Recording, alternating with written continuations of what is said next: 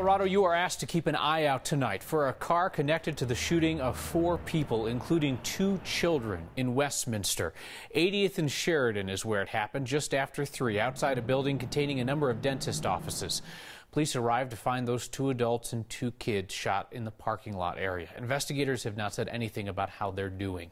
They are asking for the public's help finding a black Toyota Corolla 2010 with Colorado plates NPQ091, warning that anybody inside that car could be armed, that if people see it, they should call 911. This happened in a busy area filled with families coming and going from dentist appointments. I'm bringing my daughter to the dental office to get some work done today, and she let me know that there was something going on, and I was like, "Are you okay?" Me as a father, I want to know what's going on, and I pulled out of my driveway from home, and they had Sheridan Boulevard blocked off. Our Steve Steger's been out there for hours.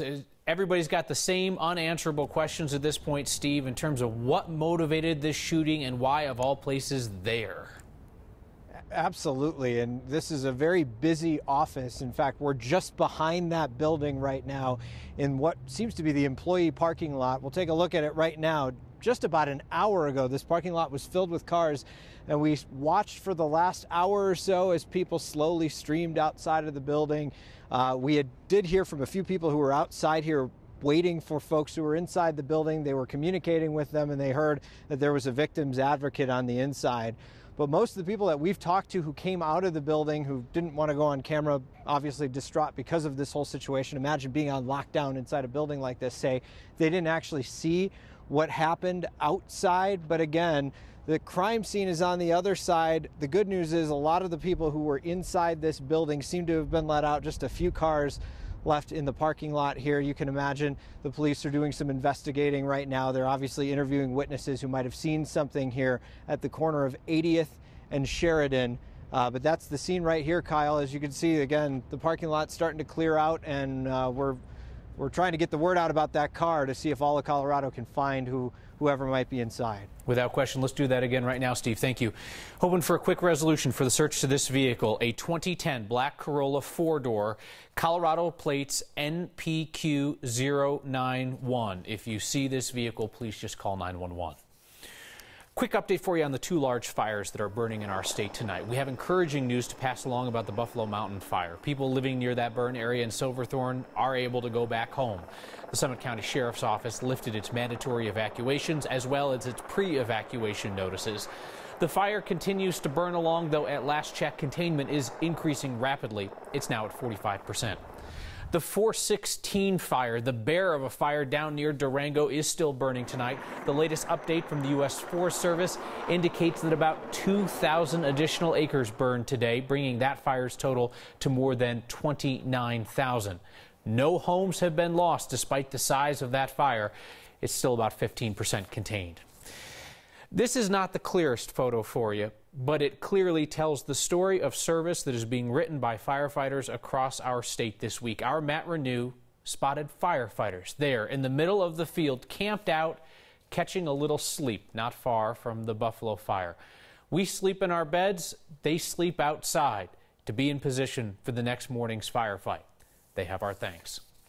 All right, let's meet the men who could be Denver's next police chief. All men, the 5 finalists, narrowed down from a field of 22. All insiders as well, all longtime DPD leaders. Commander Michael Callum, he leads District 2. That's Park Hill, City Park, Congress Park area. He's been with DPD since 1985 in a variety of roles.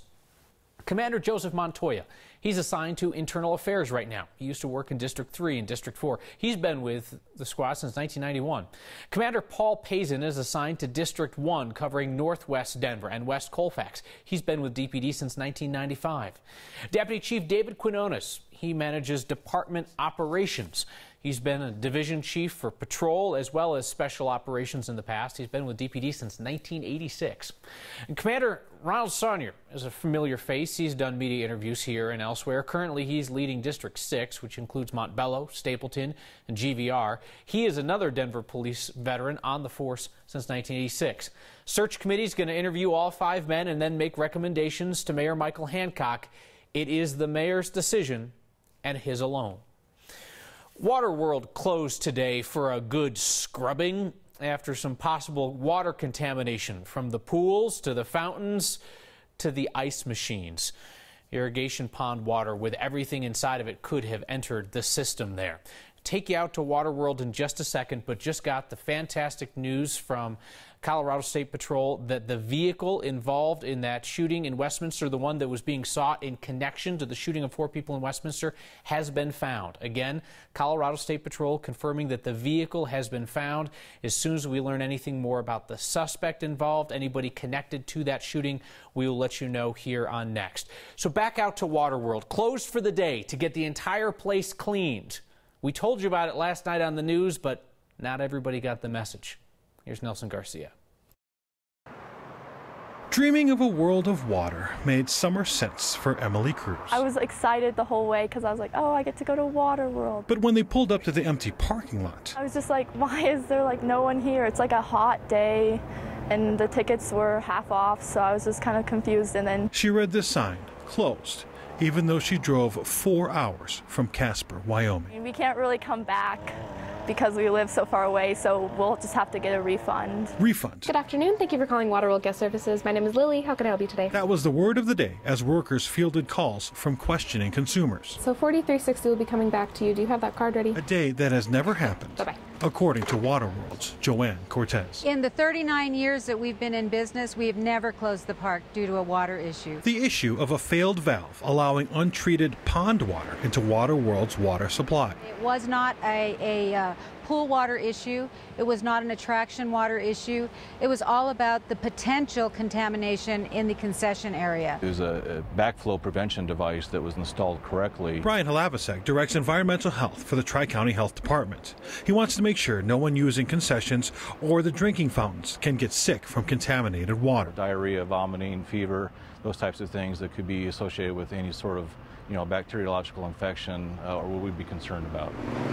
Today, workers are testing all the water supplies to make sure the park can open on Friday. Anything associated with their retail food establishments, their snack bars, are all completely disinfected. While Emily maybe another time for Waterworld, huh? finds something else worth driving 4 hours for. We don't know what we're going to do now, but that's okay. For Next, I'm Nelson Garcia. Our next question comes from a viewer named Linda. Why are voters choosing a party-affiliated coroner? In what reality would it matter whether a coroner was a Democrat or Republican or whatever?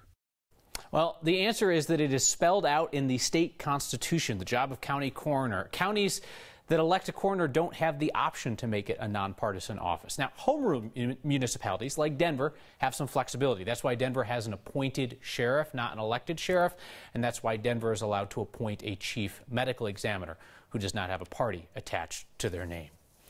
The Colorado State Patrol has just informed us that they have captured the suspect. They are saying suspect connected to the shooting in Westminster, the shooting that injured 2 adults and 2 children. The suspect was apprehended off I-25 at Meadows Parkway down south. The suspect was spotted north of there at I-25 in Arapahoe, spotted by, of all people, a Colorado Parks and Wildlife worker. Sharp-eyed, looking for that vehicle description. The suspect connected to the shooting in Westminster is in custody. We will bring you details as Next continues. Here's a look at where they caught up with that black Toyota Corolla that they have been searching for since the shooting of 2 adults and 2 kids outside a bunch of dentist's office in Westminster this afternoon. This is right at Founders and Meadows Parkway at I-25. You see the vehicle off to the side of the road. Colorado State Patrol saying that this is a suspect that they have in custody out there as well. Westminster Police, it's their case. They're using slightly more restrained language, saying person of interest. At this point, it doesn't really matter. They have somebody in custody, and they're about to talk to that person about the shooting this afternoon that we know has injured 2 adults and 2 kids. A hunt for this car that lasted just about, I'd say, 90 minutes after the point that they put out that vehicle description. You see them there checking by the side of the road, I-25 and Founders Parkway. But good news, stand down, Colorado. Car and person found.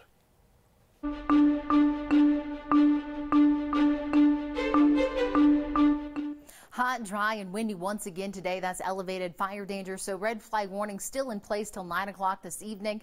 Wind gusts 35-40 miles per hour with the humidity values between 10 and 15%. Those winds have been whipping around, especially out to the west. The urban corridor looking at some gusty winds near Greeley through Akron in the 20 to 30 mile per hour range. It was hot, 97 out at DIA. Not record breaking though, 102 last set back in 2006, I should say. Scattered gusty thunderstorms pushing through. These not bringing us a ton of rain, if anything, a little bit of lightning and also some strong gusty winds. Heavy pockets of rain though now moving in a little closer to Ray, and then here around the metro area, I've been just tracking some gustier winds, a little lightning, and perhaps some rain near C470 heading toward Littleton. Tonight, partly cloudy skies. That overnight low down to 62. By 11 o'clock, everything moves out. Bit of sunshine, bit of haze early tomorrow, and then right after lunch, here comes the clouds again, and once again another shot for a couple of isolated storms. These once again are going to be bringing us some gusty winds, a little bit of lightning, and then we'll really tap into that beneficial moisture by the weekend. Daytime highs tomorrow still going to be in the low 90s with partly cloudy skies. 90s, triple digits along the eastern plains with 60s and 70s up in the mountains. So here's that cool off for Father's Day weekend, looking like a better chance for more widespread storms coming in on Sunday, and we stay in the mid 70s with a good shot for more rain as we head toward next week. Kyle. All right, Danielle, thank you so much. In a moment, a view of pride from some LGBT seniors in Colorado who remember the days when their pride was anything but public.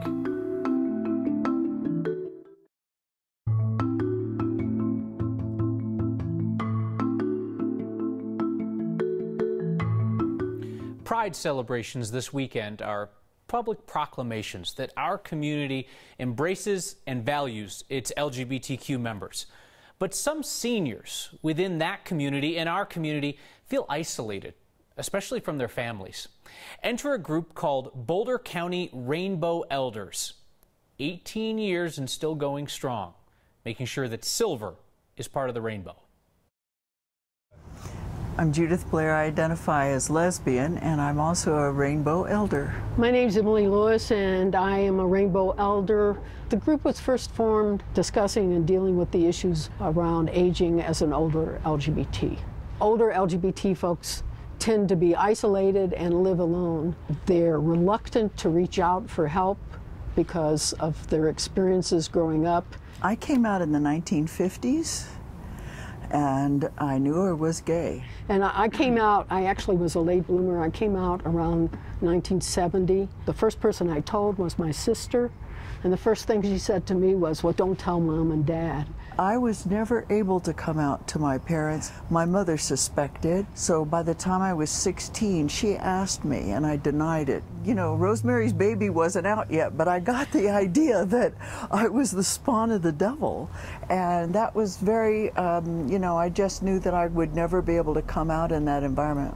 But I did eventually tell Mom and Dad. You know, I had not a positive response. They didn't talk to me or have contact with me for a lot of years. And then eventually they came around and changed. My hope for the movement is that we will continue to attract and embrace allies, people who are willing to embrace difference. We're one form of difference, and each person's different. Pride offers everybody a chance to expand our perspectives about our neighbors. You might not think that Pride is your celebration, but if you live here, you care about people being able to lead their best lives and be happy, well, Pride's for you too. Take a look at the events happening in your community and consider showing up with a smile. It'll be returned many times over. This next story is not about a police officer in trouble or some teacher who got caught cheating. This story is about a public servant doing the right thing, like 99% of them do every single day and never make the news for it. As we love to say here, they are the good ones, and they're almost all good ones. You know, when a kid gets a toy they truly love, they will play with it until it breaks. Our photojournalist Mike Grady introduces us to a 9-year-old from Castle Rock who didn't let a few dings in his toy keep him from enjoying it. There's a bunch of tape. This Frisbee's pretty busted. Now it's better. Caleb McCune Good as new. still holds it with love and respect. Because I want to be a cop when I grow up, and I got it from a cop. He cherishes this flimsy souvenir he got during a visit to the Castle Rock Police Department a couple years ago. Sweet. Today, the Castle Rock PD is making a special stop at Caleb's. I heard that your official police Frisbee needs to be replaced. Get a brand new one for you. Thanks. It's all yours. We didn't want you having to have one that's taped up and really doesn't fly very well, so that one's all for you. Thanks. And we also heard that you want to be a police officer when you grow up. Yeah. All right? Excellent. These cops are tossing Caleb way more than a plastic disc. If we can use a Frisbee to help grow a connection between us and Caleb, then I couldn't think of better use of a toy. My new Frisbee I'm playing with the cops. They're giving back to a boy It works a lot better. who one day hopes to catch more criminals than Frisbees. I gotta help people and chase bad guys and all that. For Next, I'm Mike Grady. Every day we get a stack of emails for our new segment entitled You've Crossed a Line. A chance to give a good-natured little poke at one of our neighbors who can't park to save their life. Leo Day spotted this Lexus in a parking lot in Niwot. See, it says courtesy vehicle on it, but it's not built into the car. You still have to drive and park courteously. Maybe they just don't want to ding the vehicle that doesn't belong to them. I understand. That's a gorgeous car. Email next@9news.com or get our attention with the hashtag HeyNext if you have something for You've Crossed a Line. Baseball team down in Colorado Springs thought it had a really good idea. I will explain to you why it's a really bad idea next.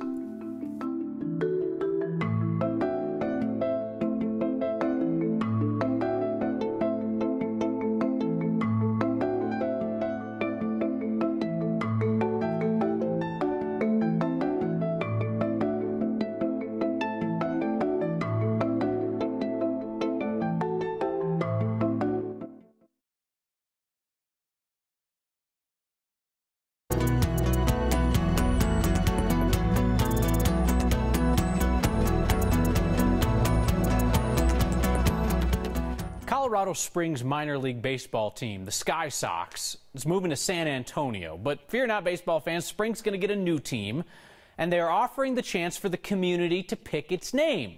That's fun, right? No, that's not fun at all. That is not a good idea. This is, as Next Director Lawrence would say, a terrible idea.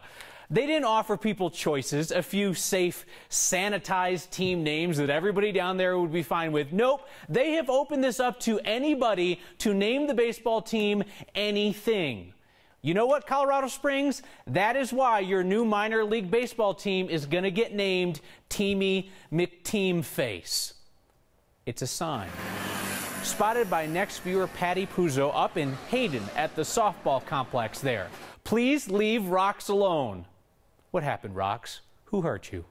My thought is probably people are like tossing them around or moving them here and there. So now you get that very stark looking sign at the baseball complex up in Northwest Colorado. If you see a sign that you think everybody else would get a kick out of, email next@9news.com or get our attention with the hashtag HeyNext. That's also where you can send idea names for that Colorado Springs baseball team. I'll shamelessly steal them here. A shout out from Renee Lunnan to the alert Colorado Parks and Wildlife worker who first spotted the suspect vehicle connected to that Westminster shooting at I-25 in Arapahoe, led to that person's apprehension down south at I-25 and Founders. Thank goodness for that CPW worker. Indeed, Renee, thank goodness. See you next time.